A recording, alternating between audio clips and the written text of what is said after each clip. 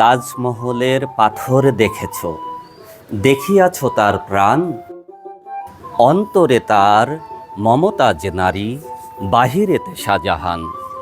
প্রিয় ভিউয়ার্স, কাজী নজরুল ইসলাম রচিত একটি গানের কথা এটি।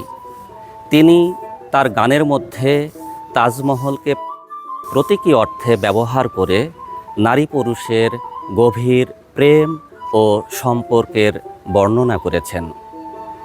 আজ আপনাদেরকে যে জায়গাটিতে নিয়ে এসেছি এটি হচ্ছে বাংলাদেশের তাজমহল। এটির নির্মাতা আহসানুল্লাহ মনি। উনি একজন বিশিষ্ট চলচ্চিত্র নির্মাতা এবং ব্যবসায়ী। 1980 সালে আগ্রার তাজমহল পরিদর্শন করে ওনার মধ্যে একটা বাসনার উদ্রেক হয় যে বাংলাদেশের অনেক মানুষ তো আগ্রায় গিয়ে তাজমহল দেখতে পারবেন না।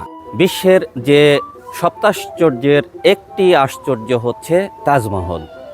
ঠিক তার আদলে একটি তাজমহল তিনি বাংলাদেশের ঢাকার সন্নিকটে এই সোনারগাঁতে নির্মাণ করেছেন।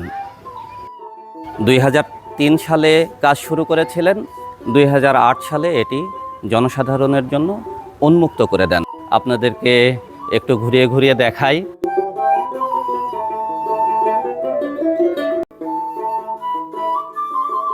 প্রিয় ভিউয়ার্স, এখানে অনেক দর্শনার্থীর ভিড়ে আমরা একজন ভাইকে পেয়েছি। উনি বাংলাদেশের তাজমহল দেখে ওনার অনুভূতিটা কেমন, ভাই একটু বলবেন প্লিজ।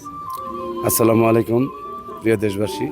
ইচ্ছা থাকে অনেকের ভিতরেই, অনেকের স্বাদ থাকলেও সাধ্য থাকে না, বা সাধ্য থাকলে স্বাদ থাকে না, এরকম একটা পরিস্থিতি থাকে মানুষের। ভালোবাসার শেষ স্বাক্ষর হিসেবে সম্রাট শাহজাহান রেখে গেছেন আমাদেরকে, আমাদের সপ্তম আশ্চর্যের একটা আশ্চর্য, সেটা আগ্রাতে, ভারতের আগ্রাতে।